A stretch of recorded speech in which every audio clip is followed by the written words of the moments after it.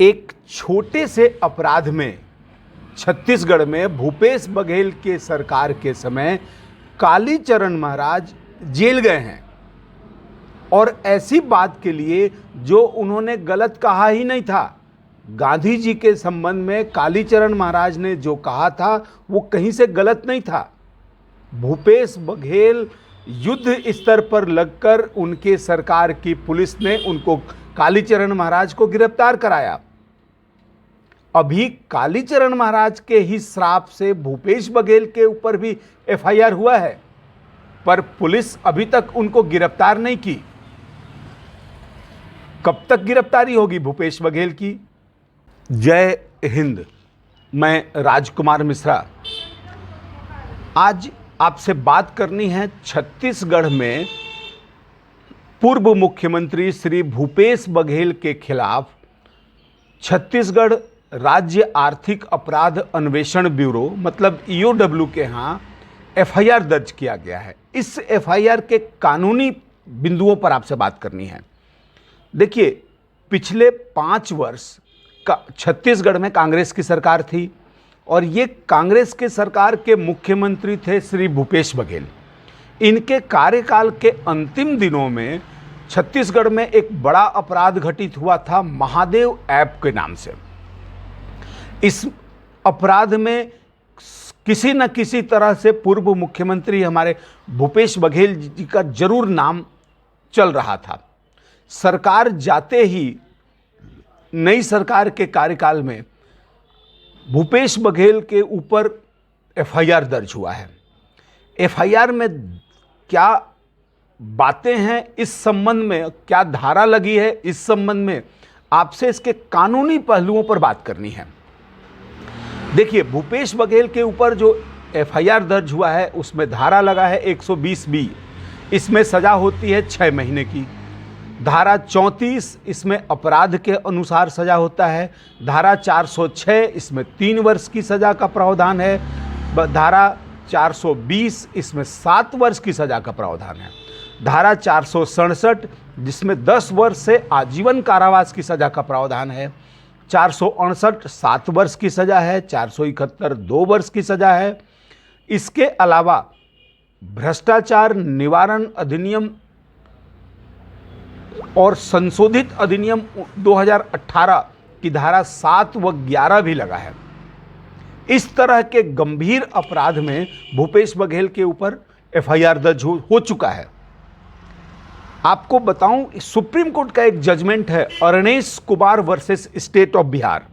इसमें यह कहा गया है कि 7 वर्ष से कम सजा वाले जो अपराध हैं उसमें तुरंत आरोपी की गिरफ्तारी नहीं की जाएगी। इसके लिए एक सीआरपीसी की धारा 41 है, उसका पालन करते हुए अपराधी को, आरोपी को नोटिस दिया जाएगा। नोटिस पर जवाब देगा वो अगर जांच में सहयोग करता है तो उसके खिलाफ तुरंत गिरफ्तारी की कार्रवाई नहीं की जाएगी। ठीक इसके बाद आया है सत्येंद्र कुमार अंटिल विरुद्ध सीबीआई।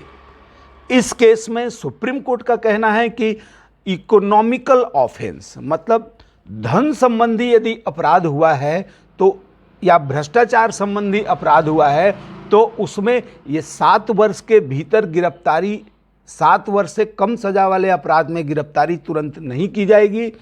ये संतुलित नहीं है। आर्थिक अपराध के मामलों में गिरफ्तारी की जा सकती है। अब देखिए, मैं आपका ध्यान कुछ खास बातों की तरफ लाना चाहता हूं। एफआईआर दर्ज हुए करीब 1 सप्ताह हो गया, लेकिन आज दिनांक तक भूपेश बघेल की गिरफ्तारी पुलिस के द्वारा नहीं की गई है, जबकि ये अपराध आर्थिक अपराध ही है। ना तो भूपेश बघेल ने इस संबंध में अग्रिम जमानत का प्रयास किया अब तक, ना को एफआईआर को क्वेश करने का कोई आवेदन उन्होंने पेश किया है, और ना उनकी गिरफ्तारी हुई है। मैं मानता हूं कि पुलिस के पास ये स्वविवेक है कि किस आरोपी को किस परिस्थिति में गिरफ्तार किया जाएगा। भूपेश बघेल हम छत्तीसगढ़ के राजनांदगांव में कांग्रेस के लोकसभा प्रत्याशी भी हैं, तो क्या इस कारण से उनकी गिरफ्तारी नहीं हो रही है? कि उनकी गिरफ्तारी हो जाएगी तो उनको सहानुभूति वोट मिल जाएगा और वो जीत जाएंगे? या ऐसी क्या मंशा है पुलिस का कि वो गिरफ्तार करने नहीं जा रही, गिरफ्तारी नहीं कर रही है? आपको याद दिलाता चलूं कि ठीक दिसंबर 2021 की एक बात, छत्तीसगढ़ में एक कालीचरण महाराज कोई कार्यक्रम था, उसमें शामिल हुए थे और उन्होंने गांधी जी के संबंध में सत्य बातें बताई थी। जो कुछ भी उन्होंने कहा था वो कहीं से गलत नहीं था।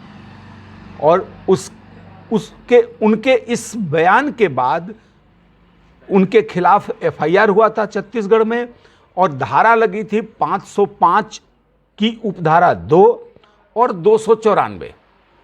धारा 505 में 5 वर्ष की सजा है और 294 में 3 महीने की सजा है। इस 7 साल से कम सजा वाले मामलों में Arnesh Kumar versus state of Bihar का सुप्रीम कोर्ट का न्याय दृष्टांत लागू होता है। फिर भी छत्तीसगढ़ पुलिस उनको मध्य प्रदेश से रातों रात गिरफ्तार करके ले आई थी। लेकिन भूपेश बघेल को ना तो पुलिस गिरफ्तार कर रही है, ना गिरफ्तार करने का कोई चेष्टा कर रही है। ऐसी क्या बात है जिस पर किसी को कहीं कोई ध्यान नहीं है? आप मतलब समझिए और मतलब निकालिए। इस संबंध में जो आपको उचित लगे मुझे लाइक कमेंट कर सकते हैं और शेयर करना चाहें तो आप ज़रूर करें। और लोगों को इस संबंध में जानकारी हो जाएगी। धन्यवाद।